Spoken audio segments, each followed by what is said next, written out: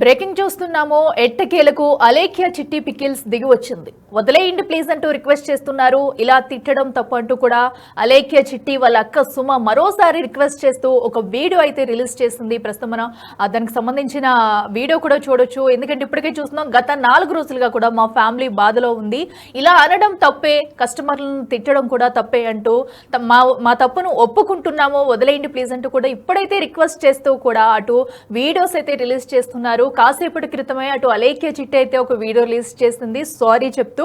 అయితే ఈ నేపథ్యంలో కూడా ఇప్పుడు వాళ్ళ అక్క సుమ మరోసారి కూడా దీనిపై మేము ఎంతో బాధపడుతున్నాము, ఈ ఘటనకు సంబంధించి మళ్ళీ ఇలాంటిది జరగదు అంటూ కూడా రిక్వెస్ట్ గా ఒక వీడియో అయితే రిలీజ్ చేసింది. సో మా ఇంట్లో 4 రోజుల నుంచి కూడా అందరూ బాధపడుతూ ఉన్నాము, అలేఖ్య కూడా ఏడుస్తూ ఉంది, అటు మా అమ్మ దగ్గర కూడా బాధపడుతుంది, ఎవరికి కూడా మనశ్శాంతి లేదు ఇంట్లో, మా తరపున అందరి తరపున మమ్మల్ని క్షమించండి అంటూ కూడా రిక్వెస్ట్ చేస్తూ ఒక వీడియో అయితే రిలీజ్ చేసింది సుమా అయితే. సో అయితే ఇప్పటికి మనం చూడొచ్చు, ఇంతకుముందు కూడా మనకి అలేఖ్య అయితే సారీ చెప్పిన వీడియో కూడా మనం చూస్తున్నాము. ఇక వివాదాన్ని ఆపాలంటూ కోరుకుంటున్నామంటూ కూడా సుమా అయితే ఒక వీడియో రిలీజ్ చేసింది. ఇప్పటికే స్పందించిన అలేఖ్య కూడా నేను బాధపడుతూ సారీ చెప్తున్నానంటూ కూడా తమను కేవలం ఒక 8 సెకండ్ల వీడియో అయితే రిలీజ్ చేసింది. కాసేపటి క్రితమే ఆ వీడియో కూడా మనం చూసాము. అయితే దీనిపై కూడా ఫుల్ క్లారిటీగా వాళ్ళ అక్క సుమా అయితే వచ్చి తనైతే హార్ట్ఫుల్ గా నేను సారీ చెప్తున్నాము, అందరూ మమ్మల్ని క్షమించాలంటూ కూడా వాళ్ళ అక్క అయితే చెప్పుకొచ్చింది. అయితే ఒకసారి మనం చూస్తున్నాం బిగ్ టీవీ స్క్రీన్ మీద, అటు వాళ్ళ తల్లిని పెట్టుకునే అలేఖ్య ఎలా ఏడుస్తుందో దీనికి సంబంధించి బాధపడుతున్నాం అంటూ కూడా కొన్ని వీడియోస్ అయితే రిలీజ్ చేసింది. ఒకసారి ఆ వీడియోస్ చూద్దాం మనం. అలేఖ్య చిట్టిని మాట్లాడుతున్నాను, నేను తప్పు చేశాను, ఎవరినైతే ఇప్పటి వరకు నేను తిట్టానో వాళ్ళందరినీ సారీ అడుగుతున్నాను. నేను అలేఖ్య చిట్టిని మాట్లాడుతున్నాను, నేను తప్పు చేశాను, ఎవరినైతే ఇప్పటి వరకు నేను తిట్టానో వాళ్ళందరినీ సారీ అడుగుతున్నాను.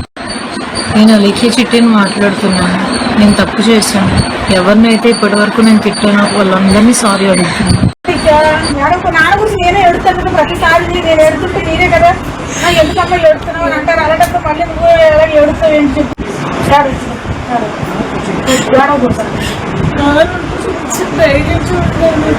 అయితే మేడం కదా మేడం నాన్న గురించి నేనే ఎడుతాను ప్రతిసారి, నేను ఎడుతుంటే నేనే కదా ఎందుకమ్మా ఎడుతున్నావు అని అంటారు. అలాంటప్పుడు మళ్ళీ నువ్వు ఎలా ఎడుతావు ఏం. ఎస్, మనం చూస్తాం కదా, ఒక పక్క అయితే అలేఖ్య సారీ చెప్పిన వీడియో చూస్తున్నాం, మరో పక్క అయితే వాళ్ళ తల్లిని పెట్టుకుని ఏడుస్తుంది అంటూ కూడా వాళ్ళ అక్క సుమ అయితే చెప్పడం జరిగింది. దానికి సంబంధించిన ఒక వీడియో కూడా అయితే రిలీజ్ చేయడం జరిగింది. అయితే ఇక మీద అయినా కూడా ఈ భూత పురాణం ఆపాలంటూ కూడా దీనిపై అయితే స్పందించింది. అయితే విమర్శలను ఆపాలి, ఇక్కడి నుంచైనా మమ్మల్ని వదిలేయండి ప్లీజ్ రిక్వెస్ట్ చేస్తున్నాం అంటూ కూడా వాళ్ళ అక్క సుమ ఒక వీడియో రిలీజ్ చేసింది. ఆ వీడియోలో తను ఏముందో ఇప్పుడు చూద్దాం.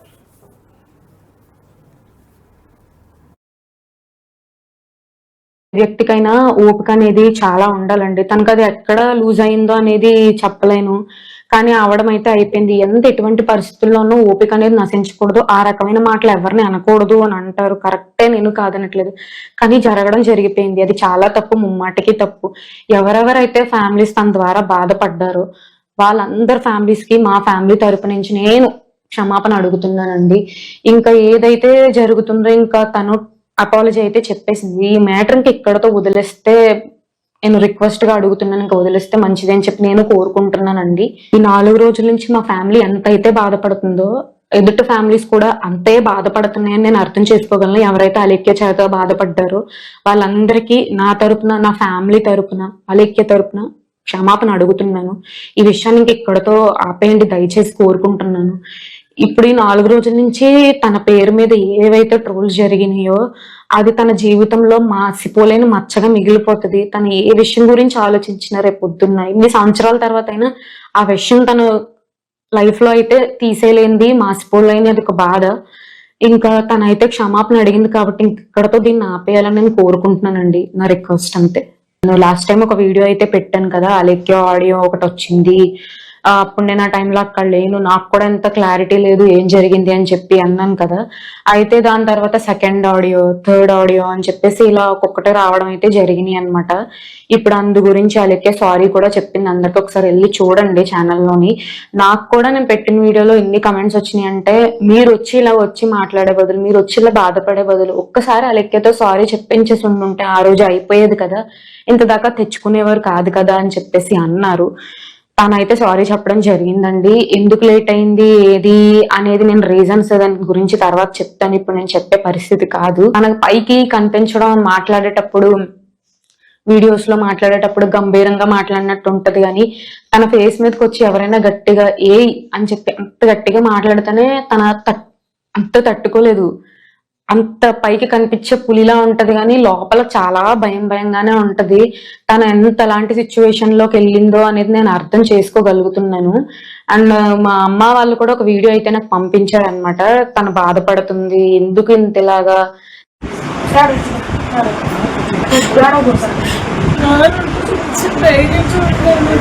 అయితే నువ్వు ఏడవ కదా ఏడవ నాన్న గురించి నేనే ఎడుతాను కదా, ప్రతిసారి నేను ఎడుతుంటే మీరే కదా ఎందుకమ్మా ఎడుతున్నావు అని అంటారు. అలాంటప్పుడు మళ్ళీ నువ్వు ఎలా ఎడుతావు ఏంటి చెప్పు.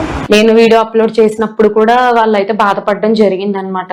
నువ్వు ఒక్క రోజు ఆగుండుంటే తన నుంచి కూడా అపాలజీ వీడియో వచ్చేది కదా, ఒక్క నిమిషం ఆగకుండా నువ్వు కూడా ఎందుకు వీడియో అప్లోడ్ చేసావు అని చెప్పేసి వాళ్ళ సైడ్ నుంచి కూడా నన్ను అన్నారు. అంటే నేను ఆ వీడియోలో కూడా నేను మా చెల్లి అని చెప్పి నేనేం సపోర్ట్ చేయలేదండి. నేను చెప్పాను క్లియర్ గా, తప్పు ఎవరు చేసినా కూడా అది యాక్సెప్ట్ చేయకూడదు, అది చెల్లైనా సొంత వాళ్ళైనా అనే నేను స్టార్ట్ చేశాను.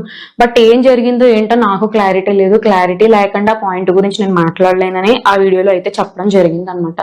ఇప్పుడు ఒక 4 రోజుల నుంచి ఏదైతే ఆడియో అంటున్నారో, కస్టమర్స్ వచ్చిన వాళ్ళని తిడుతున్నారు అని అంటారు, ఇవన్నీ జరిగే ఉండుంటే గత 1 year గానే అంత తన అటువంటి మెంటాలిటీ అటువంటి మనిషి అయితే గత 1 year గానే తిట్టడం జరుగుతుంది కదండి. కస్టమర్స్ తో కూడా అలా మాట్లాడడమే జరుగుతుంది.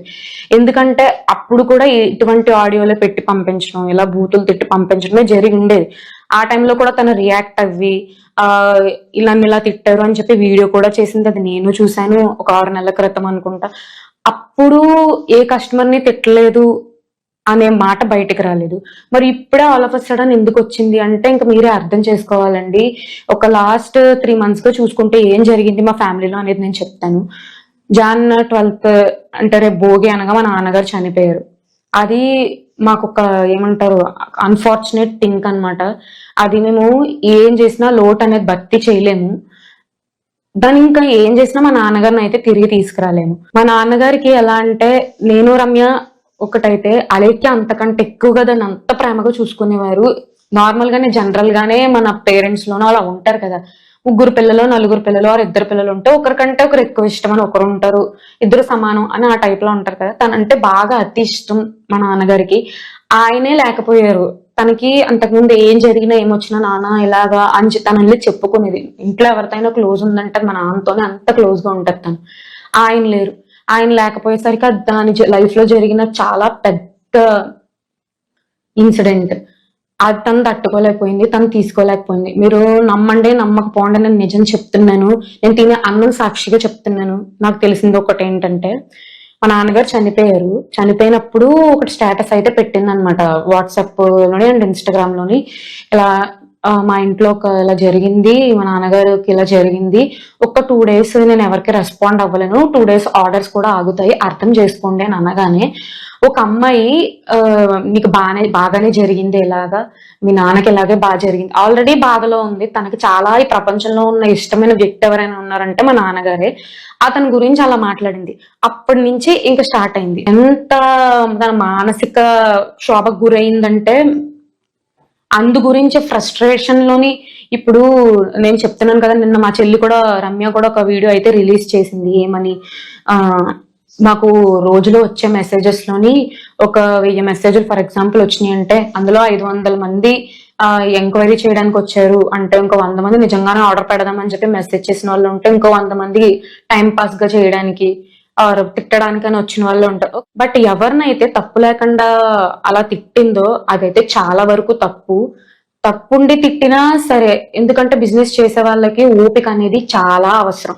అవతల వాళ్ళు తప్పుగా తిట్టినా కూడా మనల్ని కాదలే అని ఇగ్నోర్ గా వదిలేయటమే సంస్కారం బిజినెస్ చేసే వాళ్ళకి అని నేను అనుకుంటాను. కానీ తన కంట్రోల్ తప్పేసింది. ఆ పర్సన్ తిట్టున్నా సరే బాగుండేది అని అనుకోకూడదు, ఎందుకంటే ఇది బిజినెస్ కాబట్టి అలా ఎంకరేజ్ చేయకూడదు. సరే అలా అయింది.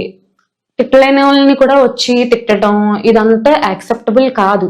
తన ఎటువంటి ట్రోల్కి ఎటువంటి క్షోభ అనుభవించుంటే ఆ రకంగా మాట్లాడిందో వాళ్ళ ఫ్యామిలీ మెంబర్స్ కానీ అండ్ తన ద్వారా ఎవరెవరైతే తిట్లు తీసుకున్నారో వాళ్ళు, మీరు బాధపడిన మీరు, మీ ఇంట్లో మీ ఫ్యామిలీ మెంబర్స్, మీ ఫ్రెండ్స్, మీ ఆఫీస్ మేట్స్ ఎవరైనా కానీ వాళ్ళందరికీ తరపు నుంచి మా చెల్లి తరపు నుంచి నేను సారీ చెప్తున్నాను. తను కూడా అపాలజైజ్ అయితే చేసింది. ఇంకా ఈ మీమ్స్, ట్రోల్స్ ఇవన్నీ ఆపిస్తే మంచిగా ఉంటదని నేను కోరుకుంటున్నానండి. ఎందుకంటే చాలా ఎంత రెప్యుటేషన్ ఎంత బ్యాడ్ అవ్వాలో అయ్యింది. ఇది విక్టిమ్ కార్డ్ ప్లే చేయటం కాదు, ఉమెన్ కార్డ్ ప్లే చేయటం కాదు. మీరు అలా మాత్రం తీసుకోవద్దు. తన ఎంత ట్రోల్ గురవ్వాలో, తనకి ఎంత శిక్ష పడాలో అంత శిక్ష పడింది అని నేను అనుకుంటున్నాను. గత 4 రోజులుగా అంత ఇష్యూస్ జరుగుతున్నాయి మన స్టేట్ లోని, ఆంధ్ర తెలంగాణలో జరుగుతున్న ఇష్యూస్. వాటికంటే ఈ అలేఖ్య చిట్టి పికిల్స్ ఈ ఆడియో అనేది అంత ట్రెండింగ్ లోకి వెళ్ళిపోయింది. ఒక్కొక్కరు న్యూస్ ఛానల్స్ అని వాళ్ళని వీళ్ళని ఇంతలాగా చెప్తున్నారు. తన అయితే అపాలజైజ్ చేసింది. ఇక్కడతో ఇది ఆపేసి తన లైఫ్ ని తనని ఇంకా అలా వదిలేస్తే బాగుంటదని చెప్పి నేను అందరినీ రిక్వెస్టింగ్ గా కోరుకుంటున్నానండి.